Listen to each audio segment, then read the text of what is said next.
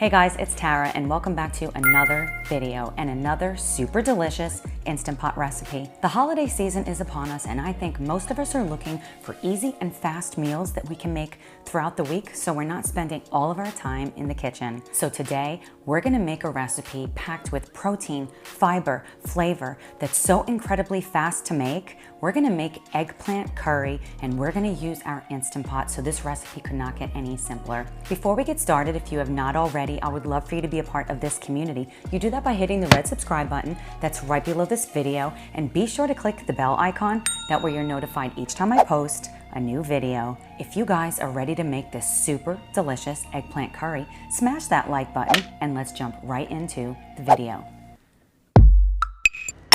To make this eggplant curry, we're gonna start with the eggplant. So I like to peel part of my eggplant. I don't always do this, but today I am. So it's your choice whether you partially peel it or not. Then I'm gonna slice it into about 1/2 inch slices. Once you have all of your eggplant sliced, lay it out in a single layer, and then we're gonna grab some salt. I've always salted my eggplant. I find it draws moisture out of the eggplant and also helps with the texture. If you don't salt your eggplant, leave a comment below and let everyone know how it turned out. So I'm applying a light coating of salt to both sides of the eggplant. And once you have both sides lightly salted, we're gonna set it aside for about 20 minutes. Then you can see just how much moisture is drawn out of the eggplant. So we're gonna place the eggplant slices inside of a colander, and we're gonna rinse it in cold water, remove all of that salt, and then we're gonna just simply pat it dry with a towel. And then we're gonna slice it into about bite-sized chunks. It doesn't have to be perfect, but I find it works the best if they're roughly the same size. Set the eggplant aside, and then we're gonna grab some zucchini. I love zucchini. If you don't love zucchini, you can just add more eggplant, or you can use yellow squash. You put in any other type of veggie that you like. And I find it easiest to first slice it in half, and then slice it in half lengthwise, and then just simply chop it into about half moon shape sizes. Then we're gonna set this aside, and we're gonna grab our tomatoes. I had these 2 delicious fresh tomatoes. If you don't have fresh tomatoes, you could also use canned tomatoes. Then we're gonna chop up our carrots. Then I'm grabbing my sweet potato.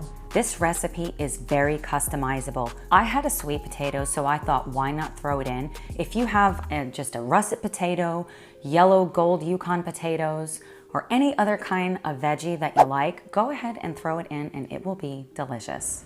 I prefer to peel my sweet potato, but if you'd rather leave the peel on, by all means, go ahead and slice it into bite-sized chunks. Then we're gonna grab our Instant Pot. Of course, I'm drinking a dry red.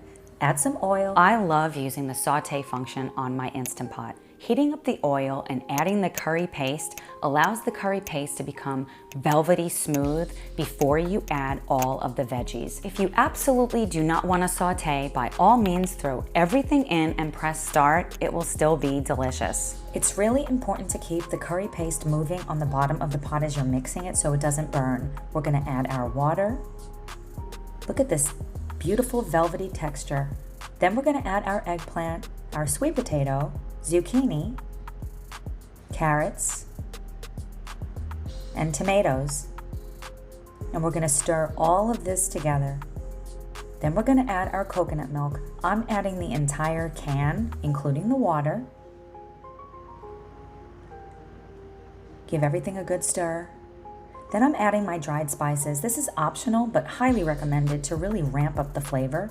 I'm also adding some garlic bouillon for the same reason. It just gives so much great flavor. And some tomato paste to increase the depth of the dish. And I should have added this curry paste at the beginning, but I forgot, so I'm adding it now. Close the lid. Make sure it's set to sealing on high pressure for 5 minutes. Then we're gonna allow 10 minutes of natural pressure, and when the pin drops, we're gonna open the lid. Next, we're gonna add our fresh spinach. You could also use kale if you prefer. Stir everything together and look at this incredibly delicious eggplant curry. I love serving this eggplant curry with some white basmati rice. I have a recipe for making perfect Instant Pot rice. I will link it in the description box below if you'd like to check that out. I usually use the pot and pot method and place a bowl on top of the trivet with the rice. I made so much curry this time that the bowl just would not have fit. If you want to make your rice at the same time, simply cut this recipe in half so you can fit the trivet and your heat-proof bowl and cook everything at the same time for the same amount of time, and it will be delicious. I hope you enjoyed today's video and that you have a chance to try it. Let me know any other recipe ideas you have for a future episode in the comments below. I'm gonna leave a playlist of some delicious seasonal recipes on the screen over here if you'd like to check that out. Thanks so much for watching, and I will see you in the next video. Bye guys.